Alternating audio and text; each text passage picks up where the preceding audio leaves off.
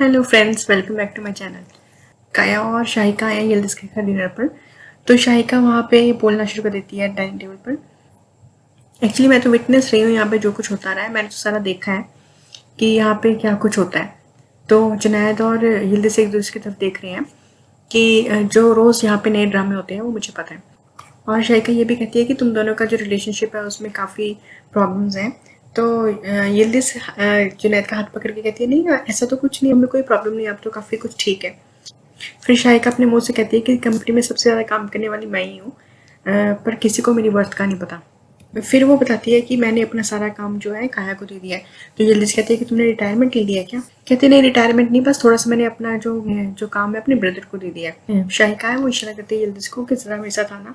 फिर दोनों किचन में जाती हैं। किचन में जाके शाहिका इसीलिए आई है एक्चुअली। तो वो जाके कहती है कि क्या चल रहा है? तो यिल्दिज़ कहती है किस बारे में? तो वो हसन अली के बारे में पता करना चाह रही होती है शाहिका। तो वो कहती है यिल्दिज़ कि मुझे तो नहीं पता, तुम बताओ कि तुम्हारा 2 मिनट में ब्रेकअप कैसे हो गया। और मेरे ख्याल से तो कोई भी तुम्हें देख के बता सकता है कि तुम हसन अली की तरफ अट्रैक्टेड हो, तुम उसकी तरफ दोबारा जाना चाहती हो। तो पर जो हसन अली है वो उसका आलिया के साथ कुछ चल रहा है। पर मैं तो तुम्हें ये बताने आई थी कि अगर आलिया की शादी हसन अली के साथ हो जाती है तो पूरा कंपनी पे कंट्रोल उसका हो जाएगा, ना कि तुम्हारे हस्बैंड का। तो मैं सिर्फ तुम्हें इस चीज़ के लिए वार्न करने आई थी।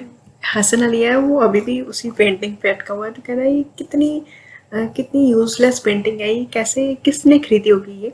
तो आलिया भी हंस रही होती है एक्चुअली। तो कहती है नहीं ऐसा तो नहीं है। कहता है ऐसे ही है ये, इसको तो कौन खरीद सकता है, इतनी बकवास पेंटिंग है ये।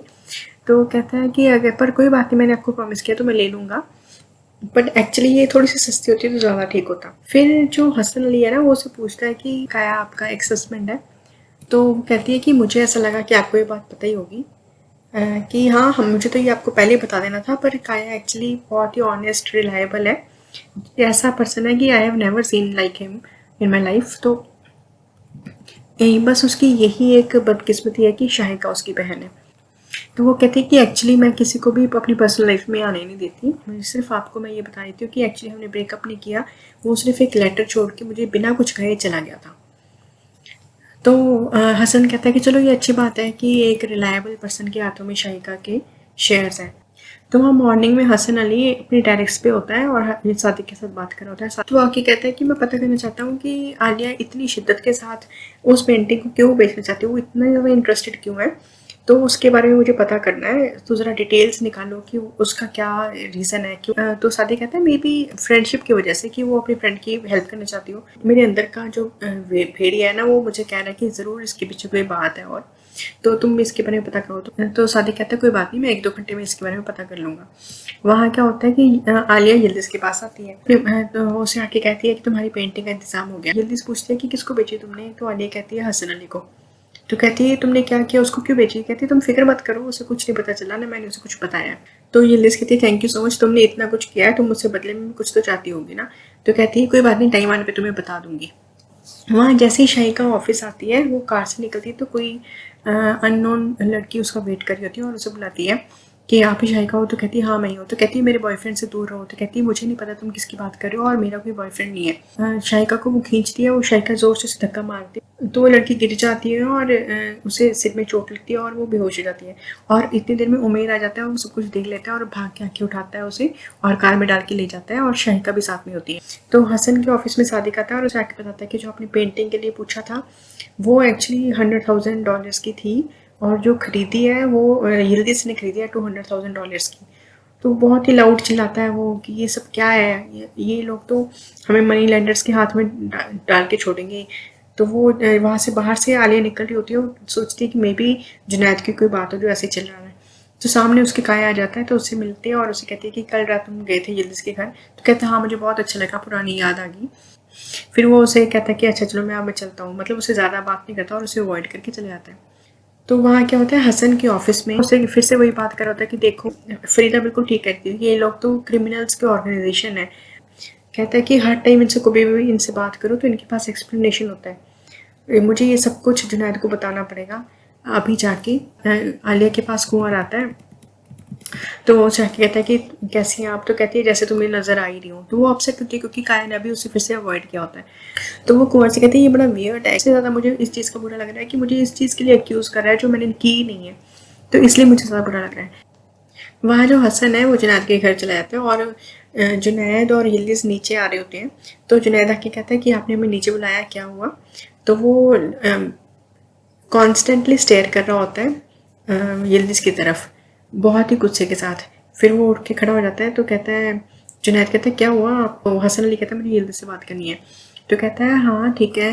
जुनैद कहता है कि आप मुझे बताइए, आप मेरी वाइफ से किस बारे में बात करना चाहते हैं? हसन उसे कहता है कि तुमने कोई पेंटिंग खरीदी है, बहुत ही एक्सप्रेशनलेस, बहुत ही बकवास पेंटिंग कोई, और तुम मुझे बेचने वाली हो वो। ये सुन के जुनैद भी, फरीदा भी, सारे एकदम शॉक में आ जाते हैं कि ये क्या हो रहा है। यिल्दिज़ और आसमा की तो हालत ख़राब हो जाती है कि फिर से हमारी चोरी पकड़ी गई है। वहाँ जो आलिया है वो जाती है काया के पास, से बात करती है कि मुझे कुछ बात करनी है तुमसे। तो कहता है हाँ मुझे भी। तो कहती है हमें ऐसा लगता है कि हमें बैठ के आराम से बातें कर लेनी चाहिए जो भी हम में है। तो काया मान जाता है कि चलो ठीक है, रात को बैठ के बात कर लेंगे। जुनैद के घर पे क्या होता है कि हसन अली उस पर बहुत ज़्यादा लाउड चिल्लाता है कि ये सब क्या है तुमने शुरू किया हुआ है, कभी कुछ तुम्हारी हरकतें बंद नहीं होती। आसमा कहती है कि आप क्यों उसके पीछे पड़े रहते हैं हर टाइम। तो हसन कहता है कि आप बीच में इंटरफेयर ना करो, और उसे डांट रहा होता है यिल्दिज़ को।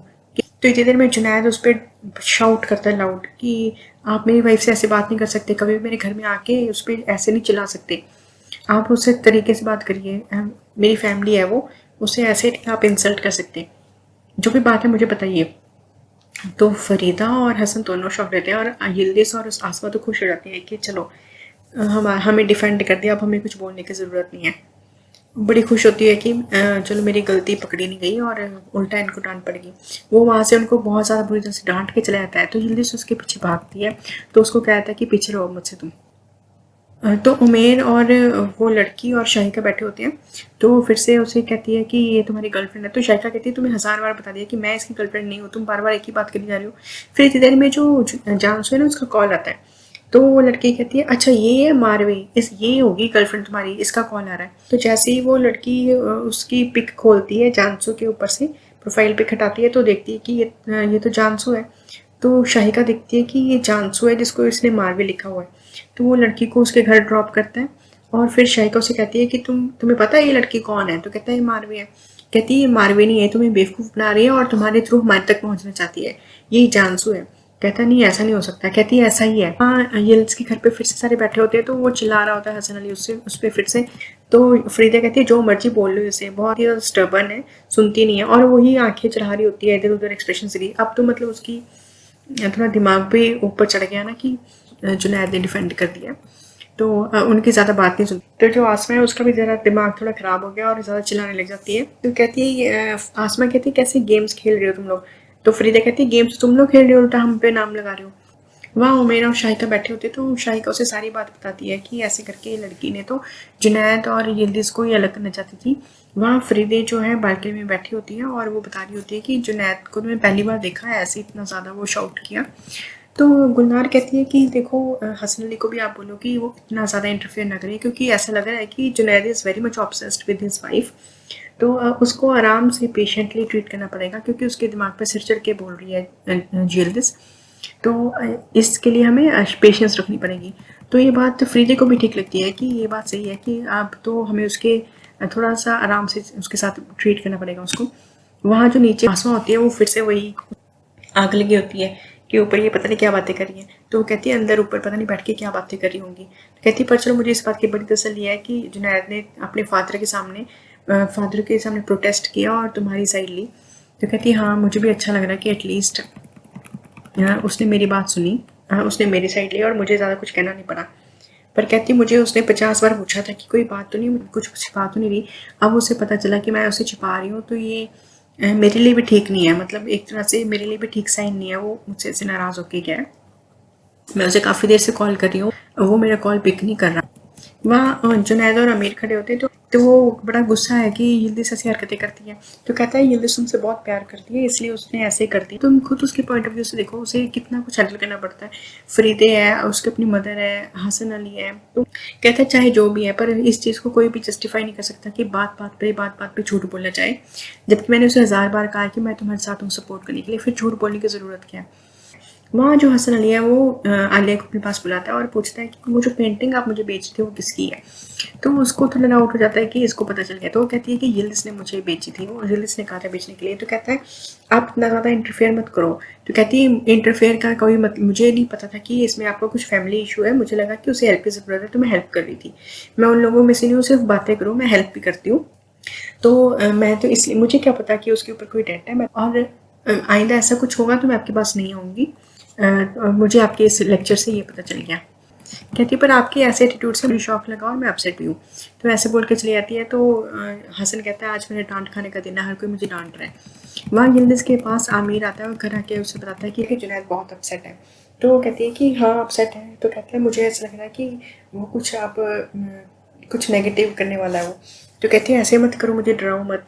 वो आज ही तो मुझे डिफेंड करके गया अपने फादर के सामने। कहता हाँ वो चाहे जो भी है, पर वो ऐसा लग रहा है कि अब वो फॉरगिविंग के मूड में नहीं है, तो कुछ तुम्हें इसके लिए सोचना पड़ेगा।